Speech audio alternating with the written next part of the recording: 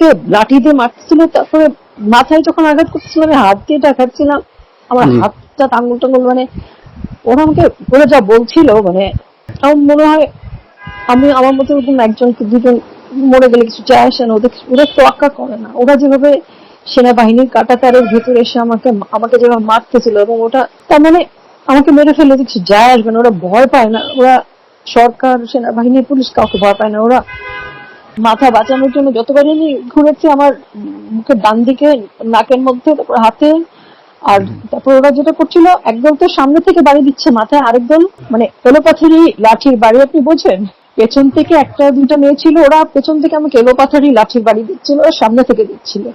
মানে আমি জাস্ট যেটা করছিলাম যে আমার মাথাটা আমি সেভ করছিলাম, ওরা আমার একদম এলোপাথারি, মানে আমার মনে হচ্ছে যে এরকম এলোপাথারি আমরা টিভিতে দেখেছি, ওরা ঠিক ওইটাই করেছে আমার সাথে। আমি বাকিদেরটা দেখতে কেন আমাকে তো ঘিরে ওরাই করে ফেলছে। তারপর আমাকে বাঁচানোর জন্য দু তিনটা ছেলে ছিল, ওরা মার খেয়েছে। আর বাকিদের তো মানে বাকি যারা ছিল ওদেরকে মারধর করতে করতে তেরে বের করে দিচ্ছে, কিন্তু মানে বাকিরা 15-20 জন মিলে আমাকে একদম একা করে ঘিরে ফেলছিল। আমার সাথে আমাদের 2-3 জন ছিল, ওদেরকেও অনেক ওরা মার খেয়েছে আসলে আমাকে বাঁচানোর জন্য, ওরা মাথাটা আমাকে মেরেই ফেল। আমি মানে আমার 2 পা অবশ হয়ে গেছে, আমার পিঠ, কোমর এত মানে বেধরক লাঠির বাড়ি যাকে বলে আর কি। আমি আমার ধরেন আমি মরে গেলে কি যায় আসে, একদিন মরবই, আমি মৃত্যুর জন্য কষ্ট পাচ্ছি না, মৃত্যুর জন্য ভয় পাচ্ছি না। কিন্তু আমার হচ্ছে কি এই বাংলাদেশের 2 দিকে সেনাবাহিনী, সে ব্যারিকেডের ভেতর আমাকে সেরা লাঠি দিয়ে এলোপাথারি মানে চতুর্দিকে ঘিরে, আমরা টিভিতে যেভাবে দেখেছি সেভাবে মারছিল।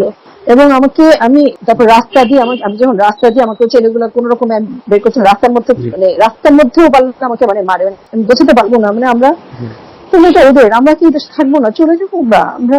আমি বললে কি হয়ে যেত, সব শেষ হয়ে যেত, আমাদের তো কর্মসূচি আছে। কিন্তু ওরা আমাদের আসলে এটা করে বুঝিয়ে দিল যে আমরা তো কালকের জন্যই প্রিপারেশন নিয়েছি, ওরা আমাদেরকে কালকে দিবেই না, ওরা দিবেই না, সেই জন্যই ওরা দিবে না, ওরা আমাদেরকে দিবে না। মানে আমি ওটা প্রথমে ভেঙে ফেলে দেওয়ার পর আমি আবার তুলে নিয়ে আসছি, আবার স্ট্রাকচারটা ফেলে দেওয়ার পর ওটা আমি আবার তুলে বসাইছি। আমরা শেষ করার পরই তখন ওরা আমরা শেষ করে ওরা যখন দেখছে কর্মসূচি শেষ, তখন ওরা মানে 2 দিক থেকে ভেঙে ফেলেছে আর কি। মানে আমরা না কি বুঝতে পারিনি কোন দিক থেকে ওরা আসলো, কি করলো, মানে কিছুই বুঝতে পারিনি, বুঝতে পারিনি। আমি আবার আমি ঠিক করতে গেছি, মানে আমরা নাকি বুঝতে পারিনি কি মুহূর্ত, মানে এটা পুরো ঘটনাটা মনে হয় না 5 মিনিটের বেশি হবে। মানে আবার আমি যখন ওটা ঠিক করতে গেছি, ওরা একদল ভেঙে মানে কিছু ছেলেপেলেকে মারতে গেছে। আমি আবার ওটা এখন ধর চোখের সামনে আপনি বঙ্গবন্ধু যদি একটা স্কাল্পচার পড়ে যায়, আপনি ওটা ফেলে আসতে পারবেন? আমি আবার ওটা তুলেছি, আমি ছবিটা আবার তুলেছি। আমি যদি ওরা আবার আসছে, মানে চতুর্দিকে ঘেরা ছিল ওরা, আমি মানে আপনাকে আমি বোঝাতে পারবো না, আমরা জাস্ট ওদের মাঝখানে পড়েছি। ওরা প্রিপেয়ার ছিল মারবে, ওই সেকেন্ডের মধ্যে লাঠি নিয়ে ওরা মানে মৌমাছির মতো আসছে।